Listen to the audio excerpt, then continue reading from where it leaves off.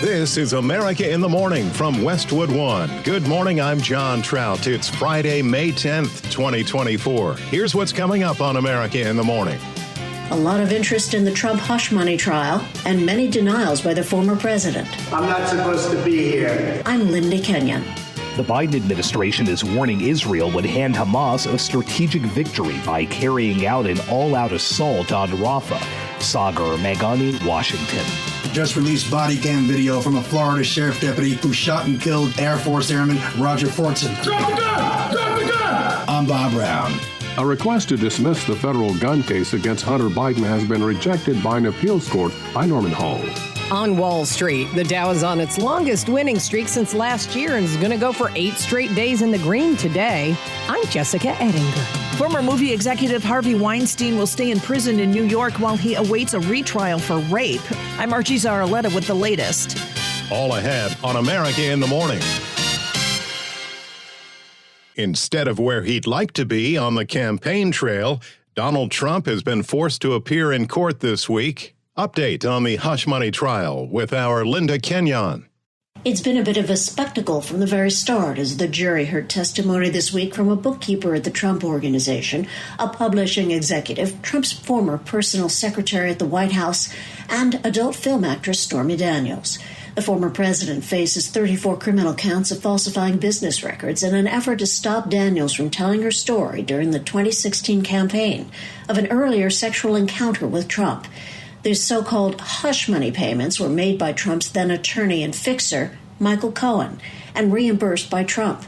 The former president denies all of the charges and has pleaded not guilty. We are so innocent. Trump, speaking in a courthouse hallway, turned his ire on the judge who denied a defense request to modify the gag order, which prohibits Trump from attacking witnesses or the jury. He's a corrupt judge. Trump's attorneys said their client should be allowed to speak out against Stormy Daniels now that her testimony is over. The judge denied the request, saying his concern was not just with protecting Daniels or a witness who has already testified, but with protecting the integrity of the proceedings as a whole. Earlier, the judge refused a defense request to declare a mistrial due to what has been described as the salacious nature of Daniels' testimony.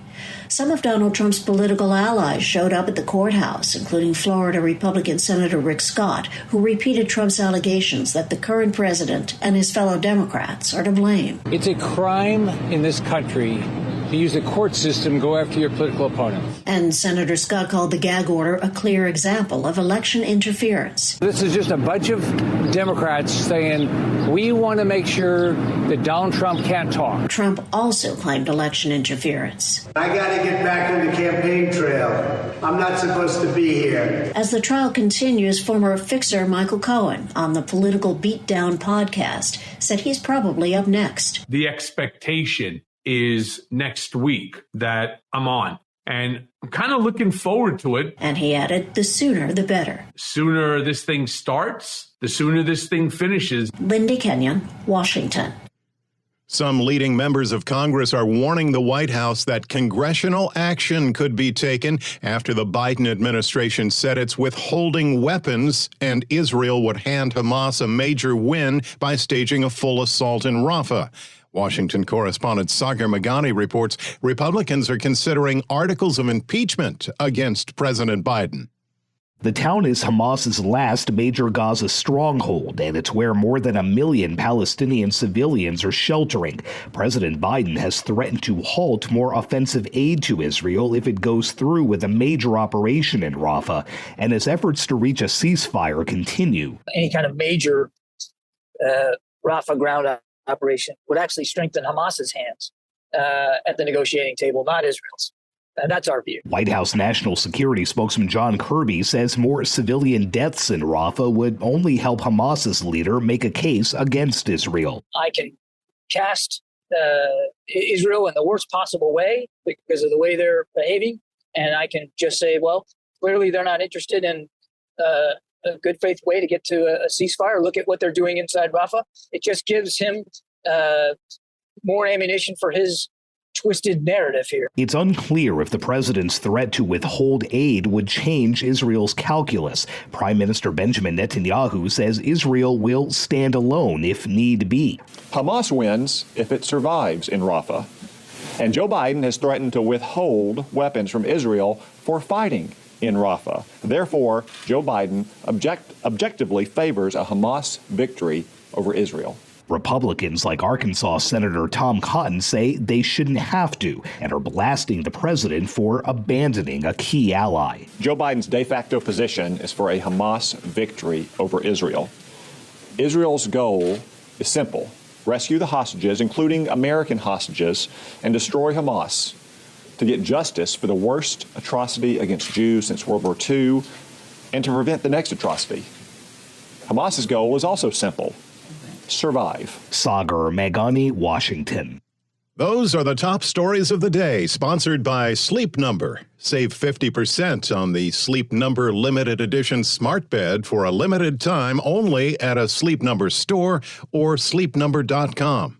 Judge says no to Hunter Biden when America in the Morning continues after these messages.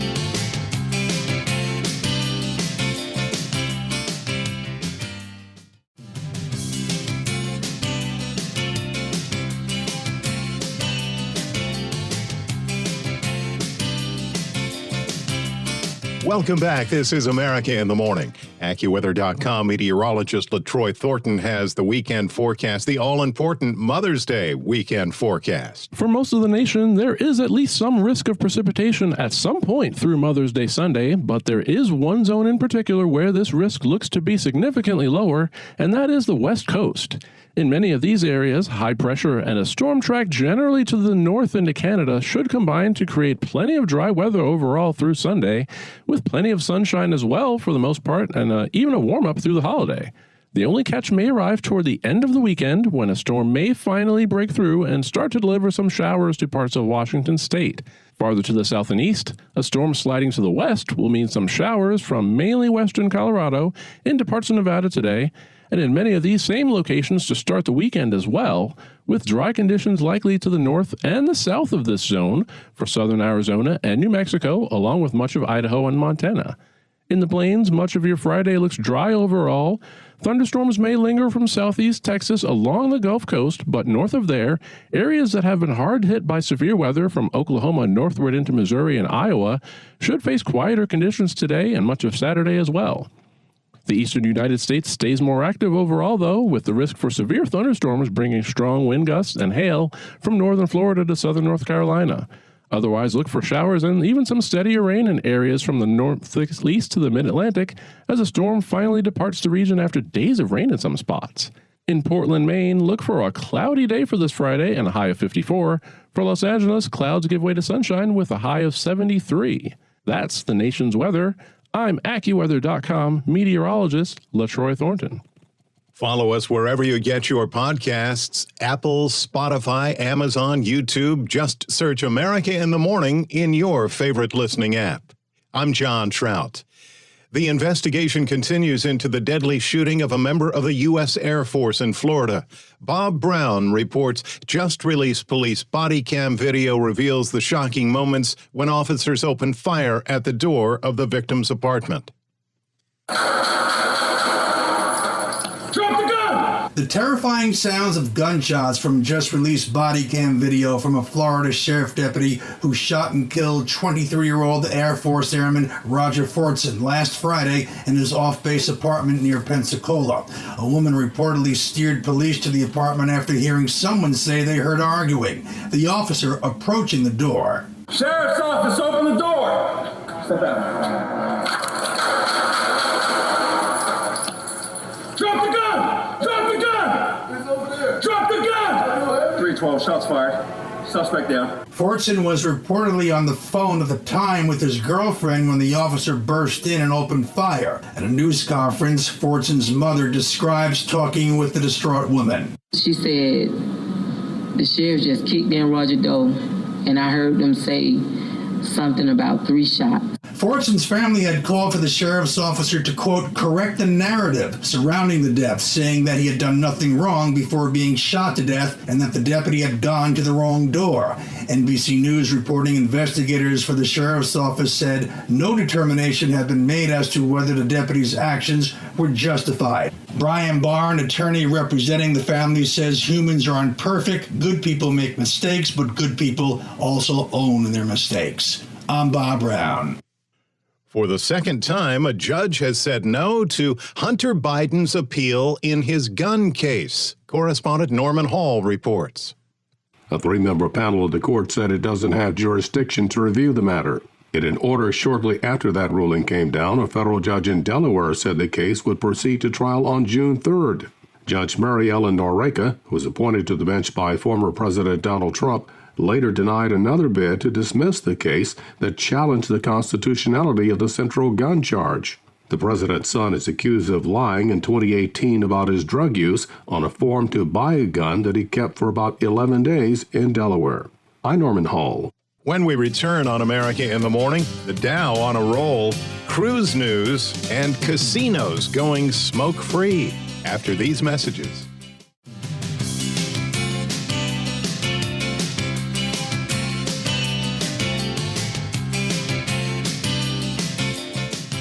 America in the Morning rolls on. The Business Report is sponsored by Fisher Investments. Fisher Investments takes a disciplined approach with investing, helping clients navigate volatile markets. Learn more at FisherInvestments.com. CNBC's Jessica Ettinger has the Friday Report. Wall Street opens this morning after another winning day for stocks. The Dow on a 7-day winning streak, its longest since last year. Can we make it 8 today? We'll see. New data rekindled some hope for Fed interest rate cuts, maybe later this year. That's what investors liked. Warner Brothers Discovery teaming up with frenemy Disney. They're going to bundle together Max with Hulu and Disney Plus, pay one price for 3 streaming services. They think this is going to keep you from canceling when there's really nothing to watch. CEO David Zaslav explained the intention of this new bundle of Max and Disney Plus and Hulu that's now in the works. We expect this product will help increase retention and lower churn, and thus support higher customer lifetime values. We don't have details on pricing or a launch date for this bundle, but Zaslav called the price both attractive and reasonable. CNBC's Julia Borston. A Trump media investor convicted of insider trading yesterday. Bruce Gerlich was on the board of directors of Digital World Acquisition Corp. When it was working on a merger with Trump Media, Gerlich will be sentenced in September. Shareholders at gambling companies like Caesars, Bally's, and Boyd are pushing the companies to ban smoking inside casinos. The shareholder proposals are backed by Trinity Health, which is a nonprofit healthcare network, and Americans for Non-Smokers' Rights. They point to research by C3 Gaming that concluded smoke-free casinos generate more revenue and outperform competitors that allow smoking. And they argue that shareholders should know how much casinos are actually paying in higher health insurance premiums for employees and greater maintenance costs, and whether it's keeping away customers who otherwise would go to the casinos, but they hate the smoke. CNBC's Contessa Brewer. Port Canaveral, Florida, building another bigger cruise ship terminal. Travel Weekly says the second biggest cruise port in the world behind Port Miami wants to make sure it can accept the largest cruise ships out there on the sea. Investors looking for profits and bargains wherever they can may find the answer in art. Well, you know, we may not want to pay what we're paying for gas or a burger, but even rich people are starting to say, hey, I'm not paying for that. More than $1 billion worth of art headed to auction at Christie's, Sotheby's, and Phillips next week. That's down 17% from last year, and that's if things go well. Contemporary art, that's the big moneymaker over the past decade. Dealers and collectors telling me the market is stalled over price. CNBC wealth reporter Robert Frank. On today's watch list, we get the latest on consumer sentiment and new in theaters, 20th Century Studios' Kingdom of the Planet of the Apes, and Tyler Perry's Not Another Church movie. Okay, both franchises fairly well known. CNBC's Jessica Ettinger with Friday Business. Barring immigrants with a criminal history. That and more when America in the Morning continues after these messages.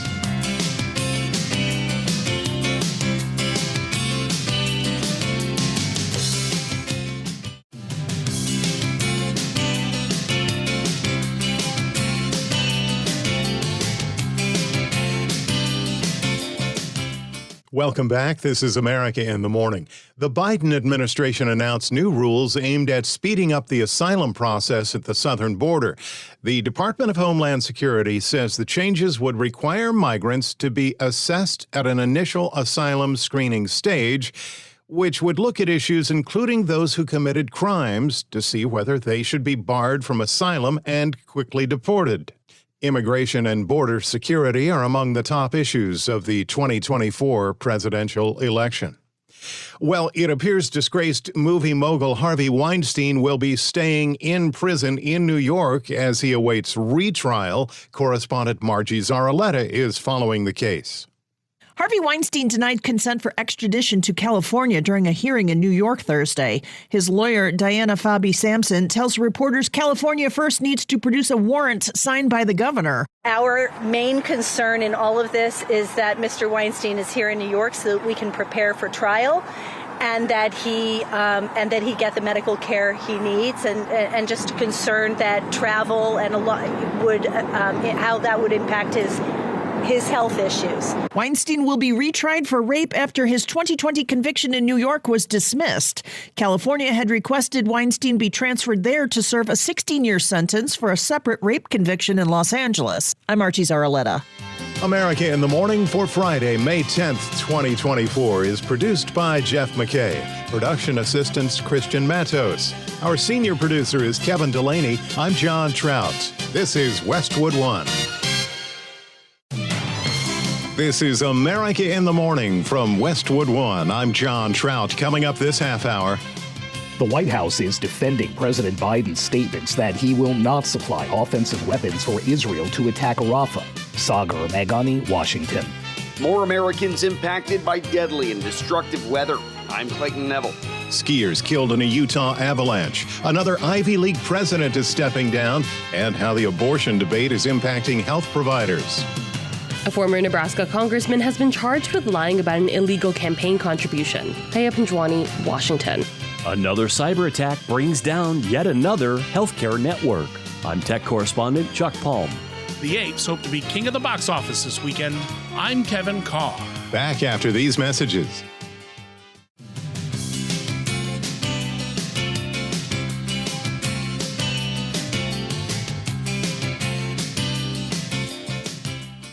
Welcome back. You're with America in the Morning. Today's AccuWeather forecast is sponsored by Sleep Number. Save 50% on the Sleep Number limited edition smart bed for a limited time only at a Sleep Number store or sleepnumber.com. Here's meteorologist LaTroy Thornton. This week of impressive severe weather that led to dozens of tornadoes and hundreds of wind and hail reports ends with a storm finally pushing off the East Coast later today, bringing the risk for strong wind gusts and some hail from northern Florida to southern North Carolina.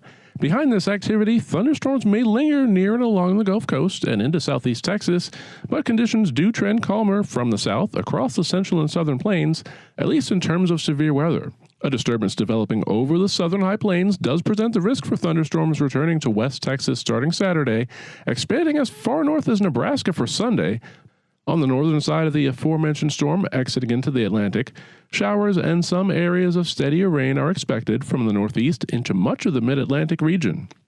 Much of the steady rain may be confined to zones from Pennsylvania to southern New England, but it's looking like a soggy end to the work week for many. For the Great Lakes and the upper Midwest, we can expect showers to swing to the south and east through the day as a new storm dives in from southern Canada, with precipitation likely expanding into central Wisconsin by day's end. West of there, mainly dry conditions are in store across much of the Dakotas and through a good deal of Montana and northern Wyoming. However, a storm drifting westward, yes, westward, across the southwest, brings a risk for showers from Colorado into southern Nevada, with days of dry conditions expected instead for areas closer to the west coast under high pressure. I'm AccuWeather.com meteorologist LaTroy Thornton. Follow us wherever you get your podcasts, Apple, Spotify, Amazon, YouTube. Just search America in the Morning in your favorite listening app. I'm John Trout.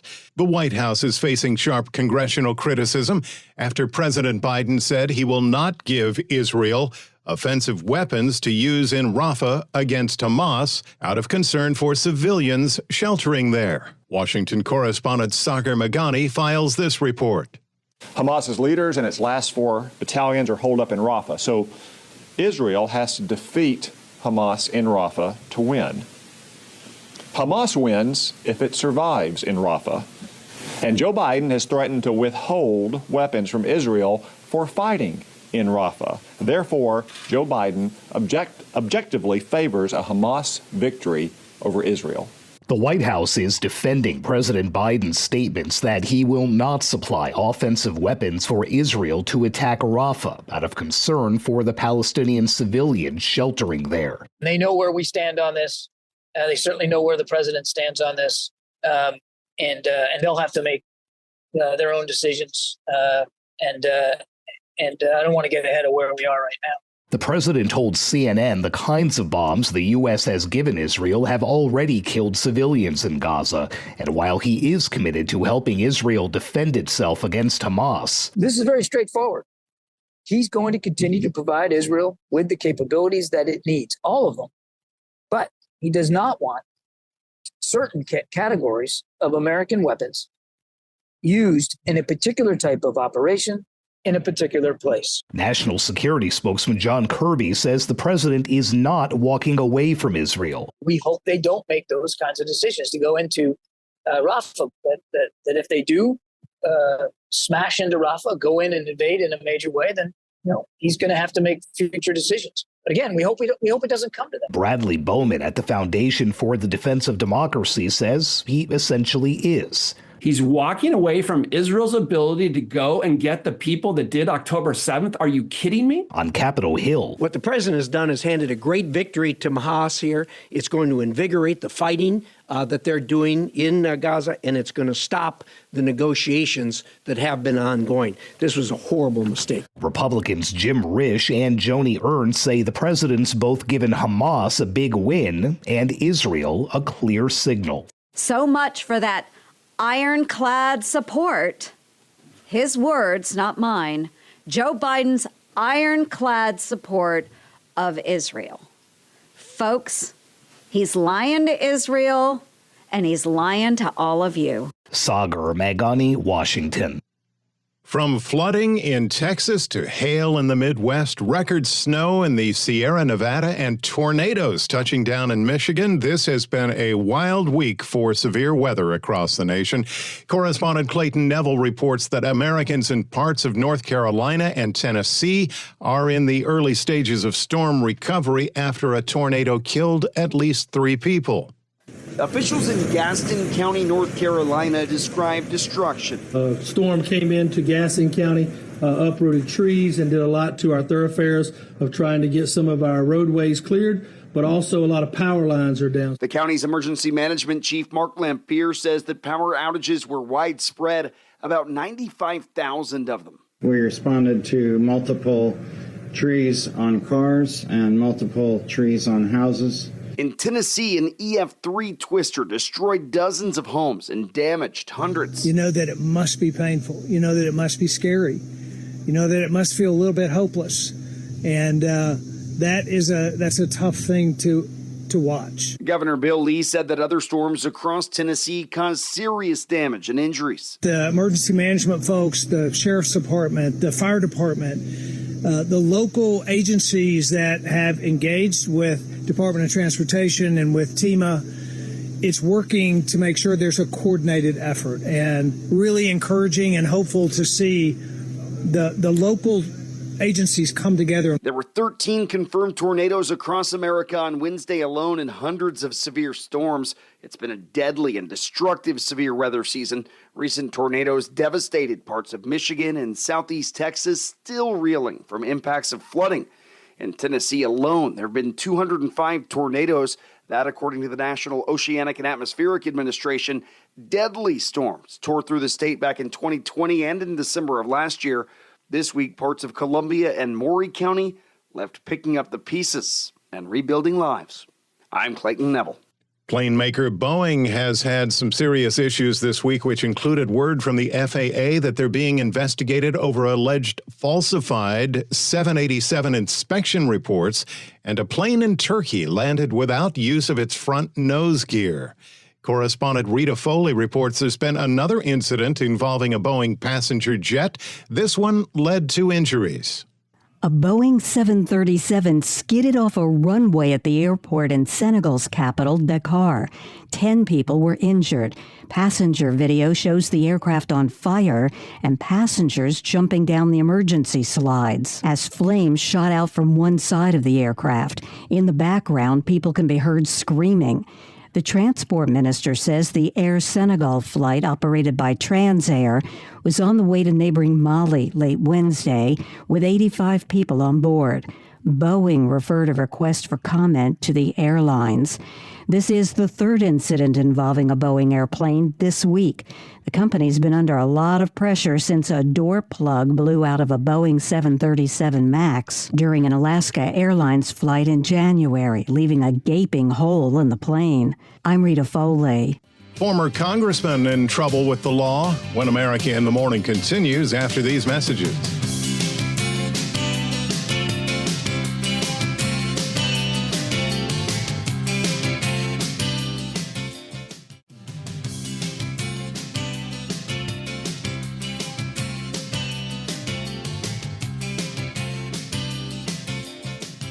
America in the Morning continues. I'm John Trout.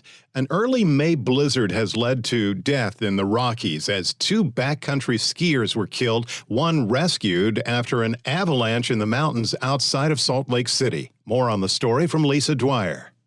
As officials develop plans on how to retrieve the bodies of the 2 skiers that were killed, Utah Avalanche Center forecaster Craig Gordon says that in the past 3 days, there was over 30 inches of snow with over 3 inches of water in Big and Little Cottonwood Canyon. This is dense, heavy snow. This isn't the kind of snow that makes our license plates famous. Gordon says that the area is not for beginners. This is very serious terrain. It's steep, it's north-facing. The crew that was up there would have to be experienced. This isn't the type of zone that you just stumble on. Gordon also says this was like a cold midwinter storm. The problem is for the snowpack right now, in the spring, avalanche conditions can change in an instant. Sound courtesy KTVX. I'm Lisa Dwyer. The president of Cornell University has announced she's retiring. Martha Pollack released the news in an email which said, quote, "This decision is mine and mine alone," end quote. Cornell was one of the many schools that has dealt with pro-Palestinian protests and took heat for her campus free expression initiative. Dr. Pollack's resignation means that 4 of the 8 Ivy League universities, which includes Harvard, Yale, and the University of Pennsylvania, are now in various stages of leadership transition.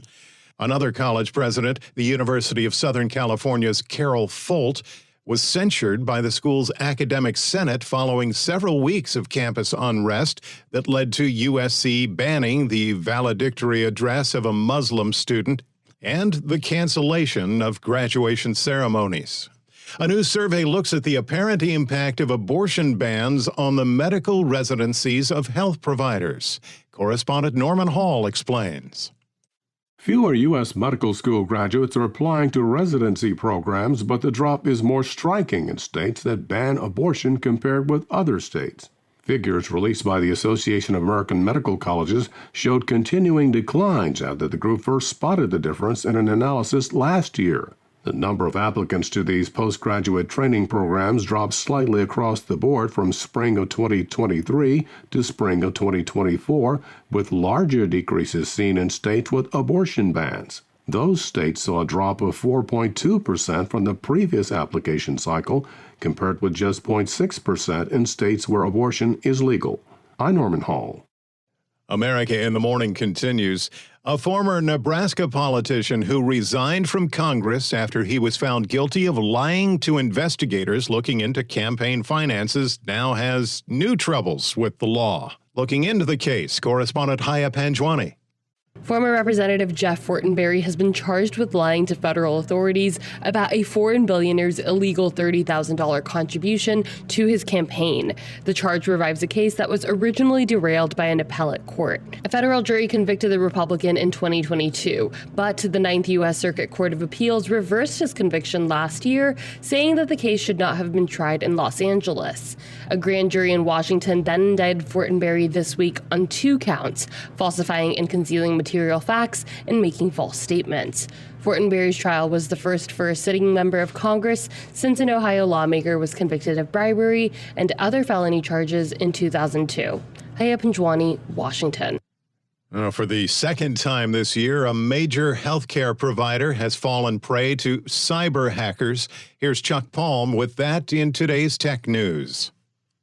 Another major healthcare provider has come under cyber attack. Ascension, one of the largest healthcare systems in the United States, has recently experienced a disruption in its clinical operations. The attack, detected late Wednesday, has affected 140 Ascension locations, including hospitals and senior living facilities. Ascension acknowledged the attack and has taken steps to contain it, including disconnecting affected systems and working with the cybersecurity team to investigate and remediate the issue. The attack has affected a range of systems, including disruptions to patient care, delayed medical treatments, and difficulties in accessing patient records. In response, Ascension has advised their business partners to temporarily disconnect from its systems and instructed patients to contact their healthcare providers if they have any concerns. The company also set up a hotline for patients to report any issues related to the attack. This is the second cybersecurity attack on a major healthcare network this year. Let us know what you think at allthetoptech.tech. I'm Chuck Palm. In for Robert Workman with sports this week, our John Stolness. In Game 2 of the Eastern Conference semis, the Cleveland Cavaliers even their series against the Boston Celtics at a game apiece thanks to a game-high 29 points from Donovan Mitchell in their 118-94 victory. Mitchell gets it off. You bet! Donovan Mitchell at the horn. ESPN on the call. It was a good bounce-back performance by Cleveland after their 25-point Game 1 loss. It helped the Cavs steal home court advantage from Boston. The Indiana Pacers have reportedly sent to the league office clips of 78 plays they feel were officiated incorrectly in the first 2 games of their series against the New York Knicks. They trailed the series against New York 2-0. In North Carolina, the New York Rangers' Artemi Panarin redirected a pass between his legs just 1:43 into overtime as New York took a commanding 3-0 lead in the series following their 3-2 win last night. Well, it was only a preseason game, but the WNBA's Indiana Fever fans were in a fever as superstar Caitlin Clark made her home debut last night. She poured in 12 points in the Fever's 83-80 win over Atlanta. Seats in the building packed, with fans wearing her number 22 jersey. And there were only 7 games in a truncated Major League Baseball schedule last night as the Royals, Diamondbacks, Twins, Rockies, Astros, White Sox, and Brewers were all on the winning side. And that's your look at sports. Thank you, John. Nice job. When we return on America in the Morning, as you imagine them in your head, we'll have a list of the best and worst states to drive in after these messages.